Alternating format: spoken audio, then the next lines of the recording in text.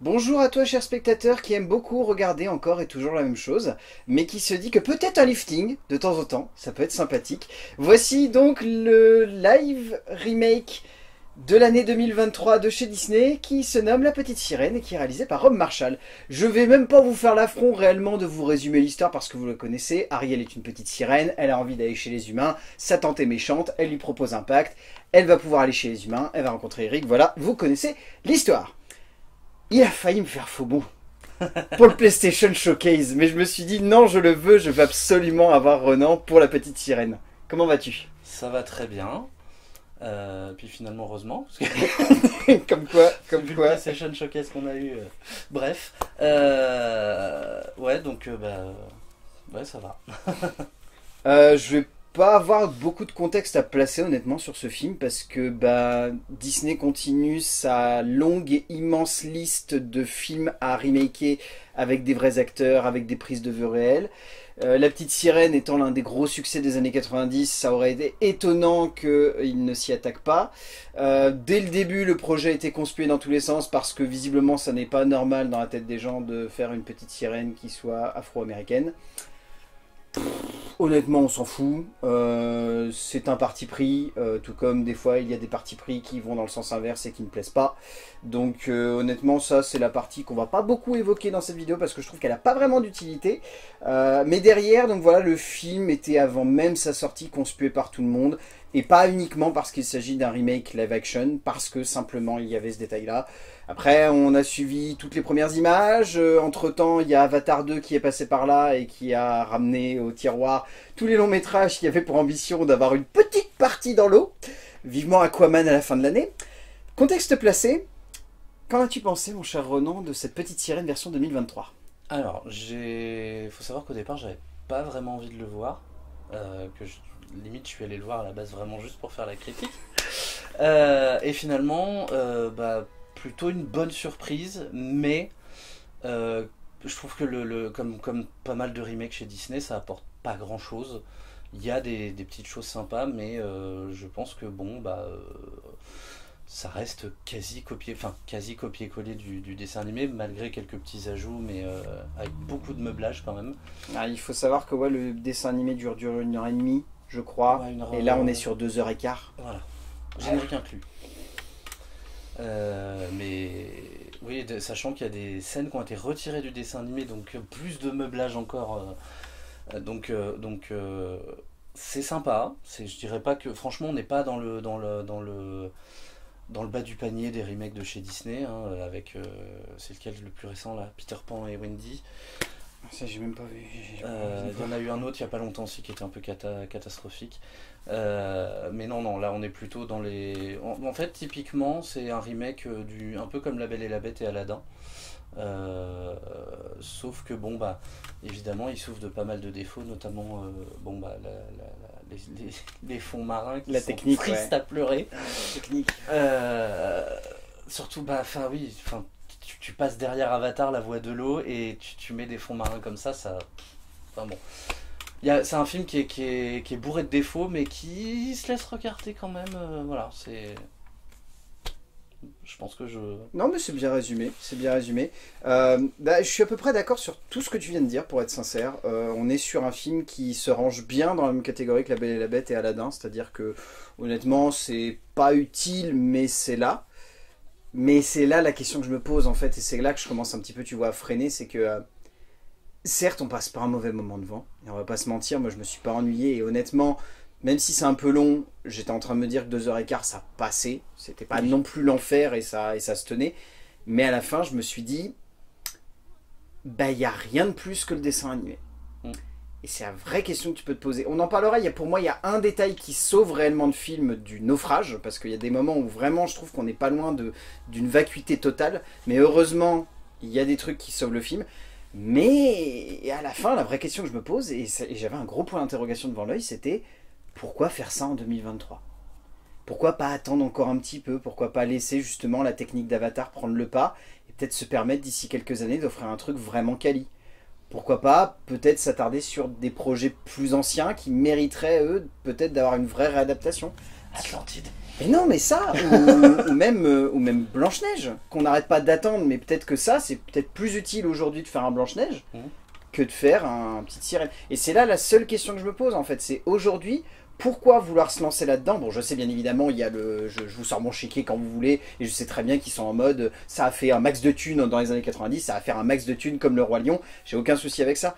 Mais c'est la vraie question que je me pose, artistiquement parlant, vu que par moment on n'est pas loin du copier-coller encore une fois, pourquoi faire ça? Et je sais que tu n'as pas la réponse, mon cher. Je n'attends pas de... Personne ne l'a vraiment, à part les pontes de chez Disney. Les actionnaires de chez Disney, pas les pontes. Ouais. Les actionnaires, ils savent très bien pourquoi ils ont arrivé comme ça. Ils sont très contents à la fin du mois de recevoir le petit chèque. Il n'y a pas de souci là-dessus. Mais ouais, non. Je te propose qu'on passe à l'écriture. Bon, ça va pas être compliqué au niveau de l'écriture. Donc c'est David McGee qui s'est occupé de l'écriture, toujours basé sur le conte de Hans Christian Andersen. Et donc le film des années 90. C'est quasi l'identique, enfin... C'est quasi à l'identique avec quelques petits ajouts pour temporiser un peu plus la relation de Ariel et Eric, qui du coup, pour le coup, c'est une des qualités du film. Elle est un peu plus crédible dans celui-là que dans l'original, où ça venait d'un seul coup quasiment. Bah, il y avait deux moitiés de film en fait dans l'original. T'avais une première moitié qui était sous l'océan. Ouais, mais là c'est moins scindé, je trouve. T'as vraiment une sensation d'avoir 40 minutes sous l'eau et ensuite d'avoir une bonne heure 20 avec eux à la surface. C'est moins scindé, mais surtout en fait dans l'original, à partir du moment où elle devient humaine, ça, en un claquement de doigts, ça y est, ils sont amoureux, on va s'embrasser et tout va bien. Il y a juste évidemment le passage où il y a Ursula qui se fait passer pour une autre nana, je sais plus comment elle s'appelle. Mais du coup, c'est juste ce passage-là. Dans ce film, n'a pas de nom. Dans ce film, elle n'a pas de nom, en effet. Elle a un nom dans l'original, mais je l'ai plus en tête. Dans ce film, elle n'est pas nommée, mais la relation du coup entre Eric et Ariel prend beaucoup plus entre guillemets de temps à s'installer, ce qui fait que du coup déjà il y a une alchimie qui fonctionne beaucoup mieux entre les deux personnages, je trouve, et les acteurs sont nickel de ce côté là, et ça rend vraiment pareil le moment où il a un doute quand il veut se marier avec justement la fausse Ursula. Quand il va se marier avec elle, on sent qu'il malgré le sort, il a un doute, etc. Et là, le doute est crédibilisé. Et le doute est crédibilisé justement par le fait qu'on a eu tout ce petit développement avant. Maintenant, il y a toutes les scènes avec les sœurs qui servent à rien du tout. Non.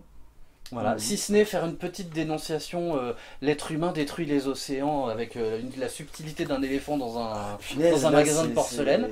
Je m'attendais presque, tu vois, à ce qu'ils aient des t-shirts Greenpeace à déblayer les débris sous l'océan. Alors qu'en plus, moi j'ai trouvé ça complètement absurde cette scène, parce que du coup, c'est un naufrage. Genre, c'est de leur faute s'ils se sont pris un rocher, tu vois. C'est vrai que pour le coup, ça a vraiment pas de cohérence. C'est complètement ridicule. Et pareil, il y a un moment, il y a Ursula, il y a un moment de meublage où j'ai fait, mais ça fait quoi là-dedans? C'est genre au moment où elle veut se transformer, elle voit que Ariel est pas loin d'embrasser Eric, elle va se transformer en la fausse, j'ai plus le nom. Et t'as tout un moment où elle cherche son truc dans ses étagères, ça dure 3 plombs et tu te dis, ça sert à quoi? Qu'est-ce que ça fait là? Pour le coup, on a l'impression qu'ils ont fait cette scène-là juste parce que le film il est un peu court, on peut pas rajouter une scène. Enfin, franchement, il y a plein de passages comme ça, je me suis dit, mais en fait, finalement, tout ce qui se passe sous l'océan, qui est rajouté, qui est sous l'océan, ça sert à rien. Mais en fait, c'est ce que j'allais appuyer dans ce que tu disais, dans le sens. Je trouve que. Alors, c'est un énorme défaut et en même temps une qualité. Ursula, dans le film original, c'est l'incarnation du mal par excellence. Ouais. C'est vraiment, il n'y a pas de nuance, c'est pas elle veut se venger. Bon, là, ils ont voulu teinter un petit peu plus ça. Dans l'original, c'est vraiment le mal à l'état pur, point barre, débrouille-toi. Le souci, c'est qu'ici, Ursula, on en parlera après, est campée par une actrice qui, je trouve, se donne à 200% et est pour moi l'une des meilleures performances de tout le métrage, mais est super mal écrite. On est sur un personnage hyper archétypal de film d'animation, sauf qu'on est dans un live action. Donc le problème que j'ai, c'est qu'à partir du moment où Ursula elle passe 300 ans à dire je vais me débarrasser d'Ariel parce qu'il faut absolument que je fasse ça, parce que si je fais ça, je pourrais avoir mon frère dans un plan machiavélique que je vais vous énoncer sans aucune raison, mais je vais le faire quand même. Et ça me dérange énormément, parce que dans ce genre de film, ça ne passe pas. Dans un film d'animation où tu dois condenser les informations, où ça doit être sur une scène clé, point barre, ça passe, parce que la scène l'oblige. Ici, t'as un film de 2h10. Ça force un peu, ouais. Pourquoi tu fais ça ? Et le souci, c'est que beaucoup de personnages ont cette tendance horrible à constamment surappuyer tout ce qu'ils sont en train de faire. Je me souviens pas si elle était la sœur de Triton dans l'original. Je suis pas sûr. J'ai un doute. Je crois m'en que souviens si. pas. Je crois que si. Mais Mais, ouais, en tout cas, c'est pas autant mis en avant. Non. Et là, du coup, en fait, c'est tellement mis en avant que j'ai fait bon, bah, c'est Scar, quoi. Enfin, Tu sais, le Royaume, ça a bien marché, il faudrait Voilà. mettre Non, mais plus de c'était relations exactement familiales ça. entre les personnages. mais ouais, en fait, ils ont. Et puis, je crois qu'il y a une scène qui a été rajoutée, justement, où encore elle est en train de dire je vais me la faire, je vais Oui, la c'est voir. ça. Non, mais il y a 4 fois, j'ai compté 4 fois, elle se retrouve à faire des monologues qui servent à rien à l'écran, juste pour dire je vais faire ça parce que je dois faire ça, pour nous réexpliquer une énième fois son plan. Ouais. Et le problème, c'est que on est sur ce gros défaut des scénarios commandés par Disney, par des scénaristes qui potentiellement peuvent offrir des trucs sympas. David McGee s'est retrouvé avec l'obligation de faire un film live action, mais avec des dialogues de films d'animation. Oui, et puis en plus, je me demande s'ils n'ont pas des contraintes justement de durée aussi. C'est-à-dire qu'on peut pas se permettre de faire un film live action qui dure 1h30. Il faut absolument que ça dure 2 heures. C'est vrai que le Roi Lion c'était pareil quoi. Le Roi Lion t'avais des rajouts de scènes qui servaient pas à grand chose, qui blablataient juste pour blablater, et tu te disais à la fin est-ce que c'est utile quoi. Bah, c'est ce que je te disais hors caméra, pour moi le seul remake live action qui a réussi à faire ce rallongement sans que ce soit lourdingue, c'est Aladdin.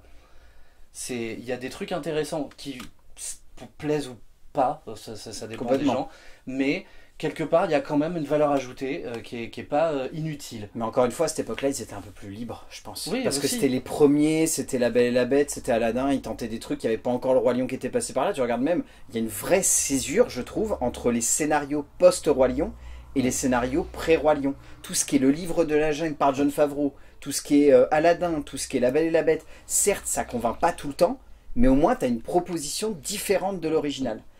Mais le Roi Lion, ils auraient pas dû le faire de toute façon. Enfin, pour moi, dans cette façon-là. Ouais. De cette façon-là, ils auraient pas dû le faire. Mais pour le coup, du coup, on est sur des proto-exemples qui se répètent à tire-larigot, où tu te retrouves devant des scénarios où tu te dis, il y a une idée, il y a des développements qui sont intéressants, comme Ariel et Eric, mais tu te retrouves avec des morceaux où tu te dis, mais ça a une gueule de film d'animation, sauf que c'est des vrais acteurs qui me le disent. C'est ça. Et ça pose réellement problème. Et sur le meublage, c'est typiquement des scènes qu'on aurait vues dans les scènes coupées en temps normal, juste parce qu'il faut absolument rajouter du temps de film. Ça.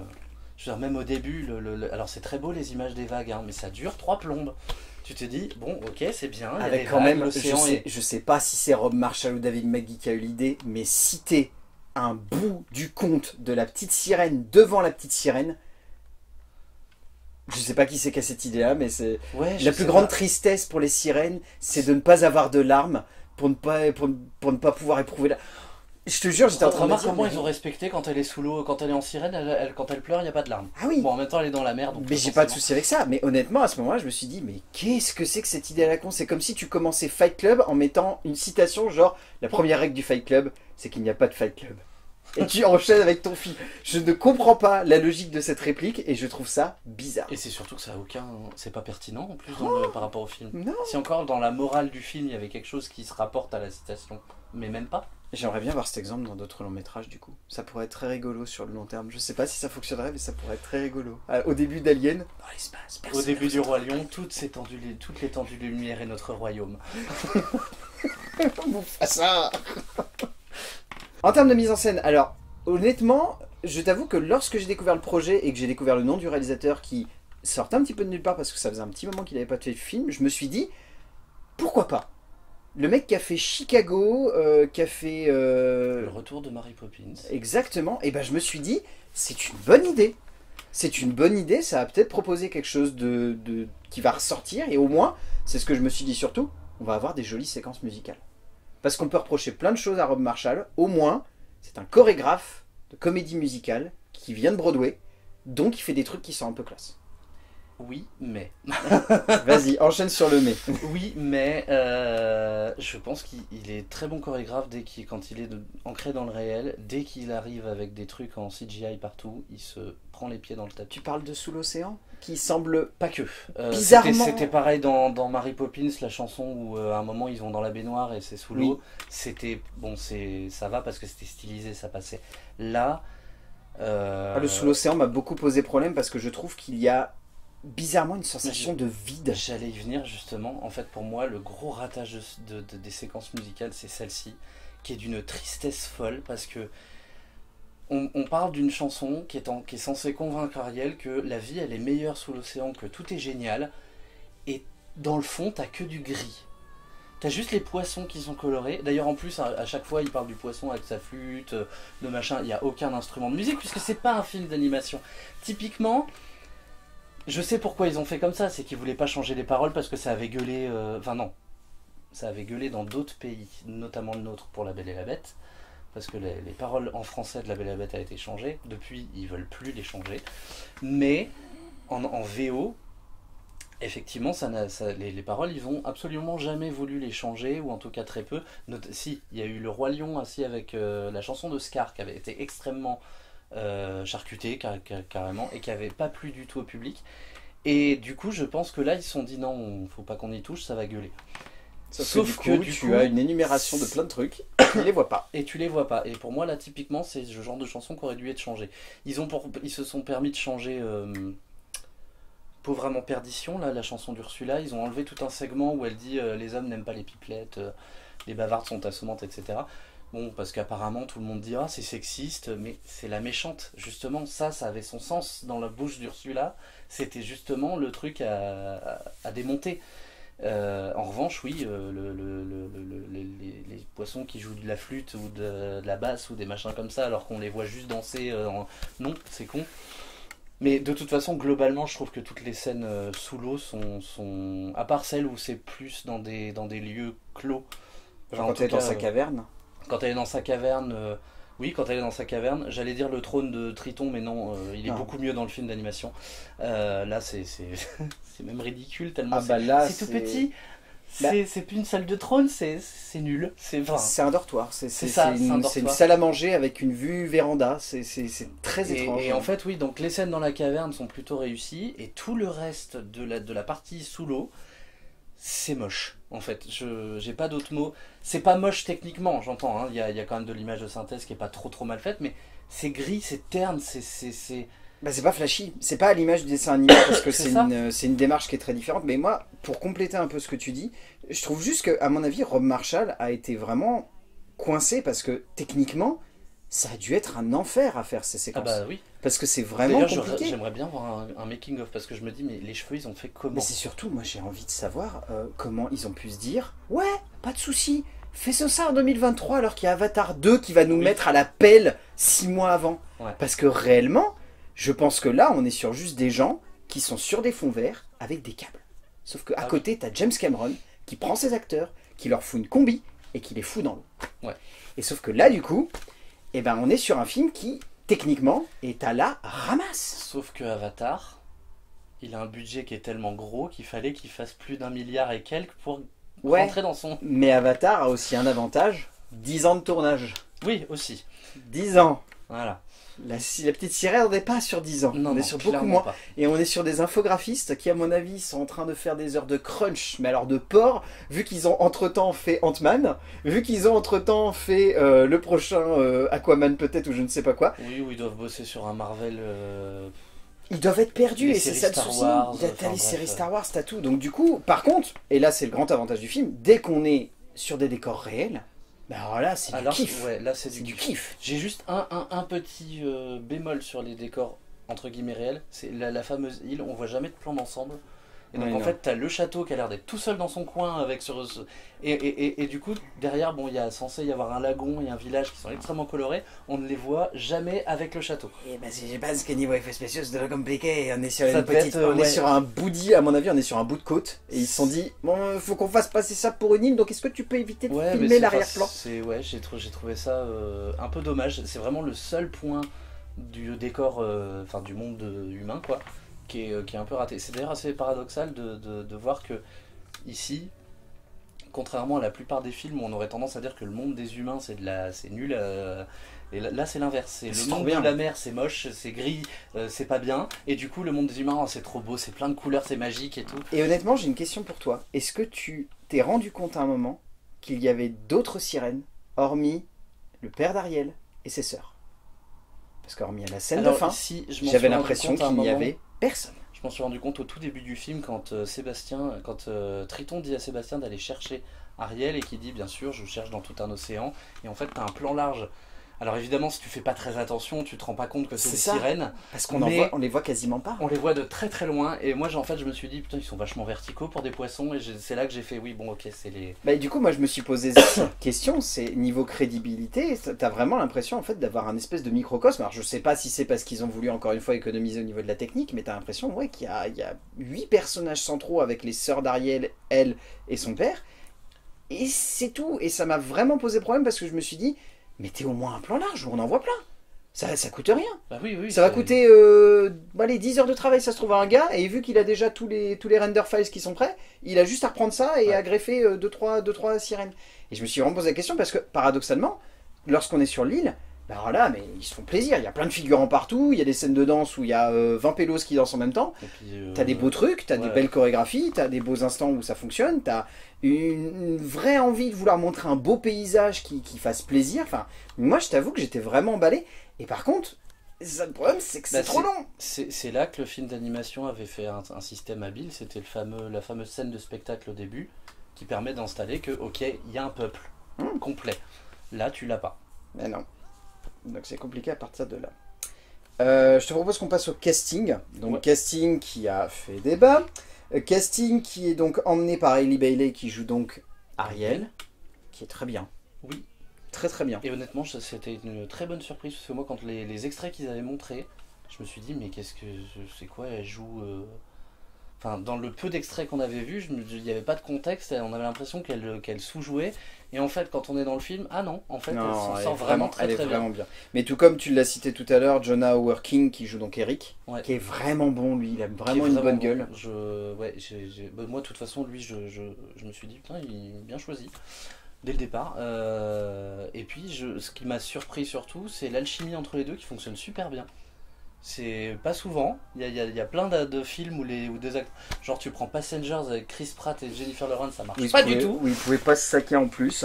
Ça marche pas du tout. Mais là, par contre, ouais, y a aucun problème. Ah ouais, Il y a non, plein non, de, il y a beaucoup de films comme ça qui mettent des duos un peu au pif comme ça. c'est ça. Et bah, quand ça marche bien, on est embarqué dans le. Ah ben là, moi j'ai trouvé qu'il fonctionnait hyper bien. Mais tout comme je trouve que Javier Bardem dans le rôle de Triton Aussi. est bon. Bon, il n'est pas non plus très présent à l'écran, donc c'est un peu difficile de totalement le sauver. Mais je trouve qu'il est plutôt bon et qu'il s'en sort bien. Après, on a Noma Dumezweni qui joue donc la reine. On a Art Malik qui joue Grimsby. Et après, c'est vraiment des rôles beaucoup plus tertiaires. Donc c'est alors David Diggs qui joue Sébastien. Jacob Tremblay qui joue donc Polochon. Polochon, ouais. Et c'est Aquafina qui joue. Alors, c'est Scott en Eureka. VO. Eureka, voilà, j'avais pas envie de perdre le nom. Je l'ai reconnu direct, Aquafina. Oh, ben, Je suis allé le voir en voix, VO, ouais. elle a une voix, mon pote, en même temps. Je crois que tu la mettrais, tu nous mettrais à l'aveugle et tu nous ferais juste entendre sa voix, on la reconnaîtrait instantanément. Elle a une voix tellement atypique. Mais On a oublié de parler des chansons rajoutées aussi qui servaient à rien. tu veux vraiment tirer encore dans Mais bref, l'ambulance. ça, c'est- Et par contre, pour moi, faut vraiment en parler. Melissa McCarthy. Ouais. Un rôle d'Ursula. Oh, je t'avoue que j'ai vu les premières images, je me suis dit, qu'est-ce qu'elle allait se foutre là-dedans? J'avais très très peur, honnêtement. Je me suis dit, pas sûr que ça passe. Parce qu'autant en animation, un personnage comme ça, c'est tellement ouf et bizarre que tu te dis ça passe. Et je me suis dit, putain, en live action, si c'est pas bon, ça sera vraiment pas bon. Et non, elle me fonctionne bien. Dès les premières minutes, moi j'étais en train Ouais. de me dire, la vache, c'est trop bien. Ah, mais elle est à fond dedans, ouais. Après, je regarde juste un petit truc, c'est que c'est au niveau du maquillage qui est un petit peu trop timide par Oui. rapport au fait que l'original, quand même, c'était inspiré d'un drag queen. Donc, Ils ont Bon. pas osé, ils ont pas osé. C'est dommage c'est marrant parce qu'ils pourtant, ils osent changer l'ethnie de l'actrice, du personnage principal, mais alors, un petit peu plus de maquillage pour s'inspirer des drag queens. Ah non. Mais c'est presque dommage parce que tu sens que Melissa McCarthy, la connaissant, elle aura pas été contre quoi. Non, non, Surexagéré non. parce que déjà, punaise, le rire qu'elle a. Elle Ouais. reprend un rire, mais c'est un rire de cartoon, mais c'est jubilatoire à voir. Mm. C'est vraiment un plaisir, mais immense. Il y a que, moi je dirais, il y a la seule scène avec elle qui fonctionne moins bien, mais pour le coup, c'est pas elle vraiment à l'écran, c'est le combat à la fin où elle est gigantesque. Et on n'en a pas parlé dans la mise en scène, mais c'est dégueulasse. ce Bah, c'est passage. encore le problème de faire des trucs d'animation dans un Dans film un en film live live action action. et de crédibiliser ça, sauf que bah, c'est bien de vouloir faire un kraken. Mais encore faut-il faire un kraken. Voilà. Et pas une ombre à moitié transparente par moment. où Avec on a beaucoup presque... de brouillard pour pas trop cacher la Et la en misère. plus, à moitié, pardon, non seulement du coup repomper l'imagerie de l'animation, Ouais. mais encore plus donner l'impression de repomper carrément du Pirate des Caraïbes 3. Hein. Aussi, oui. Ah punaise, la vache, presque fait peur. Mm. On arrive à la Mais, fin de ouais. cette vidéo, mon cher Renan. Qu'est-ce que tu retiens de cette petite sirène version 2023? Alors je retiens que premier visionnage, je sors de la salle, je suis content. Je pense que ça va faire un peu comme Le Roi Lion où on avait été très positif sur la critique et où finalement maintenant, après l'avoir revu, non. Enfin non. Enfin c'est pas mauvais, c'est juste que c'est ennuyeux. Voilà, Ouais. Honnêtement, autant regarder le film d'animation. Et là je trouve que le film a ce défaut que beaucoup de ces ajouts sont complètement inutiles. Il y a des chansons qui sont là vraiment pour se dire hey, on va rajouter des chansons. Genre le moment où t'as, comment il s'appelle, Eureka, à nouveau, qui arrive dans la chambre pour dire hey, fait un il va rap. se marier et il nous fait un rap. Là on sent que Lin-Manuel Miranda était là. Hein, Et qu'il a vu Aquafina et qu'il s'est dit « Oh, ce serait rigolo qu'elle rappe !» voilà. Donc ils ont rajouté une chanson comme ça et plein de petits ajouts comme ça. Et du coup, on a un film qui est un peu, pour pas être trop vulgaire, les fesses entre deux chaises. C'est-à-dire que d'un côté, bon, bah, t'as toute la partie sous l'océan qui est pour moi la partie la plus ratée, sauf les scènes d'Ursula, et partir là-bas. Mais ça, en même temps, c'est la scène qu'il fallait pas rater. Exactement. Et pour le coup, bah, la partie sur Terre qui, elle, est beaucoup plus intéressante et beaucoup plus colorée. Voilà, les ajouts apportent quelque chose du coup, sauf cette chanson. Voilà, même la chanson du Prince Eric, il en avait pas dans le film d'origine, donc là je trouve que c'est pas mal et ça permet aussi de faire un parallèle avec Ariel qui était pas présent à l'origine, Mhm. où du coup il veut lui aussi découvrir d'autres mondes en fait. Encore une fois, rendre leur relation beaucoup plus Exactement. crédible et beaucoup plus intense. Ouais. Et donc ces approfondissements là sont bien, mais ouais, c'est un peu inégal. Voilà, pour autant, je pense qu'on n'est pas dans le bas du panier des remakes, on est quand même dans un remake qui est pas mal, qui plaira sans doute, j'ai déjà vu pas mal de critiques positives d'ailleurs, donc je pense que c'est un remake qui pourra plaire, mais à la longue, je pense qu'on reviendra au film d'animation. Je vais totalement approuver ce que tu viens de dire. Je vais juste rajouter que selon moi, il y a vraiment le problème de la légitimité d'un remake comme ça qui se pose aujourd'hui. C'est-à-dire que même si j'ai pas envie non plus de l'allumer ce film, je me pose vraiment la question de l'utilité. Et c'est ça réellement le grand défaut de ce long métrage. Comme tous les remakes de Disney finalement. Ouais, mais il y en a certains, tu vois, genre le livre de la jungle, j'arrive vraiment à le sauver. Et il y en a d'autres comme ça où je me dis, certes, c'est pas non plus totalement utile, mais il y a un certain plaisir. Et c'est vrai que celui-là, même si je suis pas ressorti mécontent de ma séance, je me posais vraiment la question de l'utilité du film à la fin. Et je me suis vraiment dit, à part faire du fric, pourquoi ils ont fait ça? Et c'est le gros souci que je me pose avec ces films, quoi. C'est que certes, on est sur un plaisir coupable immense pour certains, parce que La Petite Sirène, ça a bercé toute une génération. On est sur un film qui est pas trop mal conçu dans sa globalité, même si c'est vrai qu'on a beaucoup pointé du doigt des petits défauts à gauche et à droite. Il y a quand même un vrai investissement qui est fait là-dessus. Mais est-ce que ça vaut le coup de faire un film comme ça en 2023? C'est la vraie question que je me pose.